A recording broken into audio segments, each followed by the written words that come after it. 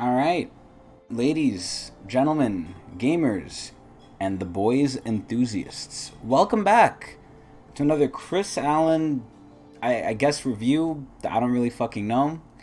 But as you might be able to guess from the picture on screen, it's relating to the boys.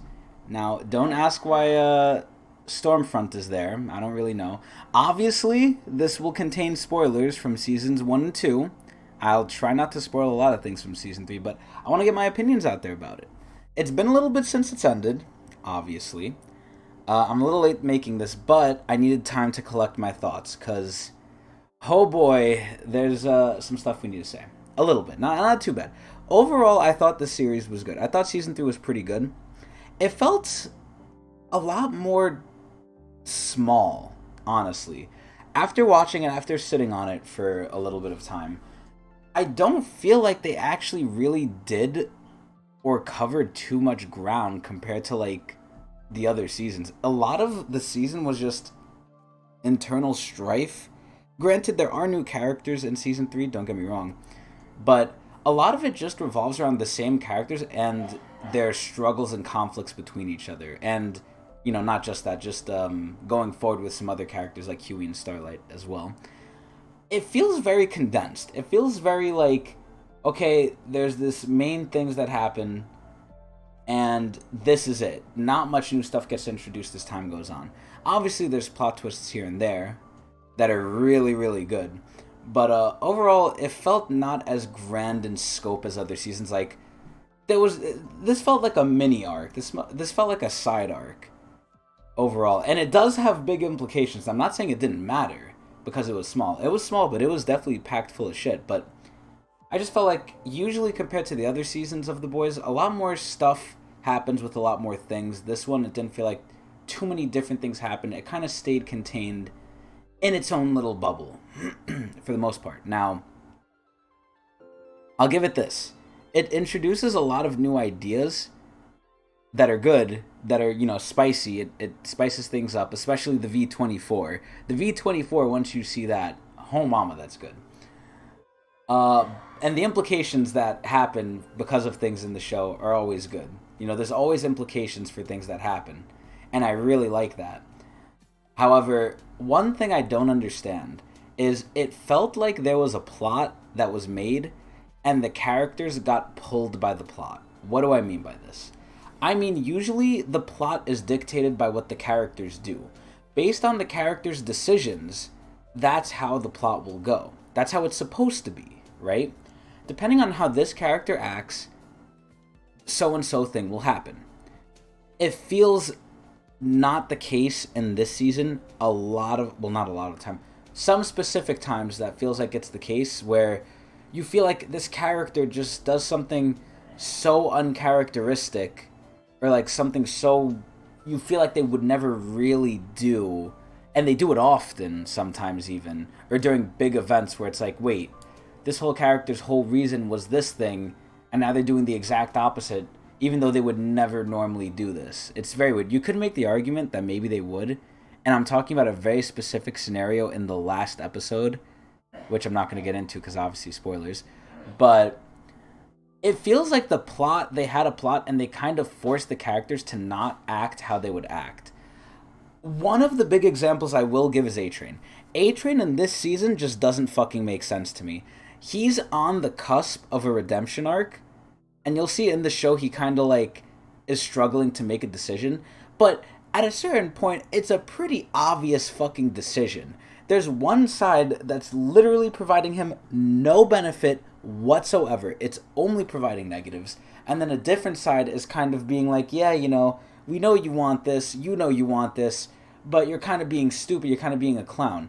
And A-Train just, I feel like he's just a really bad character. He's almost a good character, because he does actually go through change in this season. He does. But it's so terrible because it feels like the change doesn't matter, because it's not being taken into account, even though it almost is. It's like a cock tease. It's like you're about to fuck someone, but then like right when you're like about to like, I don't know, stick it in, they tell you, oh, actually, I really just wanted to watch Netflix. I didn't want to fuck you, even though we're both naked and on top of each other. This was just to get into a comfortable position to watch Netflix. And you're like what the fuck? What is this? It doesn't make any fucking sense. That's basically where I'm at with A-Train. There's other characters that do this too. I'm not going to spoil who else, but A-Train is definitely one of them. I feel is just like a bit confusing. I like Homelander in this show. Homelander in this season. In this season, Homelander is he's very fleshed out, and I like it. A lot of stuff happens with him. Homelander is always, a good thing. I mean, the main roster, it's good, but I felt overall, too, again, with this season, they got a lot more cliche. There was a lot more cheesy lines where it's like, wow, I would expect this in, like, a normal, run-of-the-mill any other show, but not The Boys. The Boys, I was like, I expected, like, kind of witty banter, not just, like, easy, low-hanging quips. A lot of easy, low-hanging quips were, like, said by, like, really cool characters, and I was like, why the fuck did, like, they say this? It feels so kind of uncharacteristic and forced. I guess the main negative I have is just, it seems like the plot kind of pulled the characters along and made them not act the way they usually do.